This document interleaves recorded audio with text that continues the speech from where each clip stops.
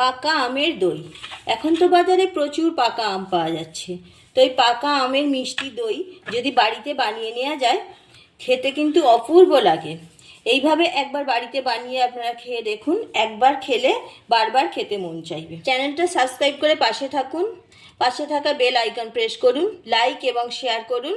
কিভাবে বানাচ্ছি চলুন পুরো ভিডিওটা দেখে নিন। নমস্কার বন্ধুরা, আমার চ্যানেলে সকলকে স্বাগত জানিয়ে শুরু করছি আজকের রেসিপি। আজকে আমি বানাচ্ছি আম দই। গাছ থেকে আম পড়েছে, আম পড়ে আমগুলো ফেটে গেছে, এই আম দিয়েই আমি বানাচ্ছি আম দই।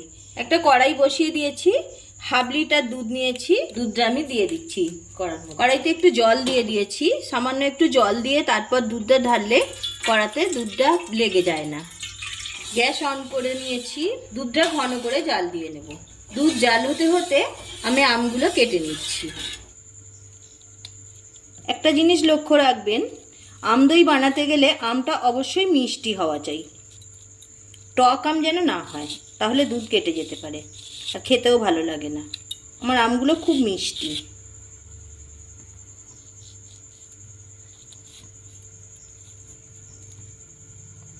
এভাবে আমগুলো কেটে নিয়েছি, মিক্সিং বোলের মধ্যে আমটা নিয়ে নিচ্ছি। আপনারা আপনাদের মতো করে আমের শাঁসটা বার করে নেবেন। দুধ জাল হতে হতে আমার আমটা কাটা হয়ে গেছে, মিক্সিং বোলের মধ্যে নিয়ে নিয়েছি, আমটা পেস্ট বানিয়ে নিচ্ছি। আমি একটু দুধ একটা কাপের মধ্যে নিয়ে নিচ্ছি। এই দুধের মধ্যে কিছুটা পাউডার দুধ দিয়ে দিচ্ছি। আমি পাউডার দুধটা ভালোভাবে মিশিয়ে নিচ্ছি। দুধের সাথে পাউডার দুধটা মেশালে দইটা খেতে আরও ভালো লাগে। দুধটা জাল হতে হতে অনেকটাই ঘন হয়ে গেছে, গুলে রাখা পাউডার দুধটা দিয়ে দিচ্ছি দুধের সঙ্গে।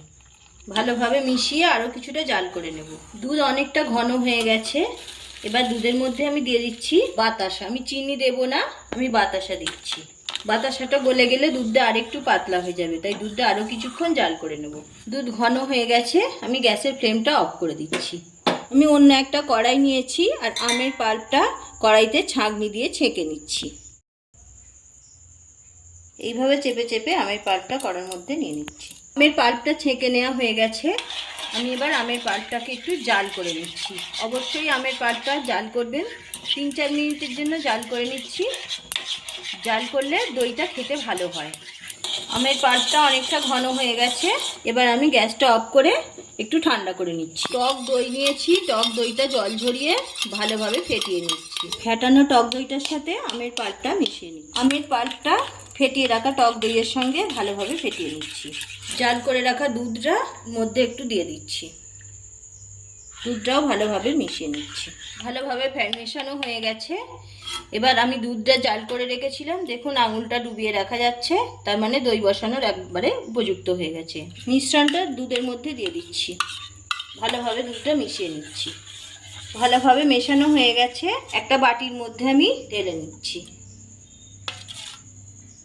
একটা বাটির মধ্যে ঢেলে নিয়েছি, এবার ওভারনাইট ঢাকনা দিয়ে রেখে দিচ্ছি। আম দই রেডি হয়ে গেছে, দেখুন কতটা সুন্দরভাবে জমে গেছে, দেখতেই পাচ্ছেন। ওভারনাইট রাখার পরে দইটা সুন্দরভাবে জমে গেছে। ঠান্ডা দই খেতে ভালো লাগে, আমি 2 ঘন্টার জন্য দইটা ফ্রিজে রেখে দিয়েছিলাম, এখন ফ্রিজ থেকে নিয়ে চলে এলাম। দেখুন কতটা সুন্দর হয়েছে, আমি কেটে দেখাচ্ছি। দেখতেই পাচ্ছেন কতটা সুন্দর হয়েছে, আর কালারটাও খুব সুন্দর হয়েছে।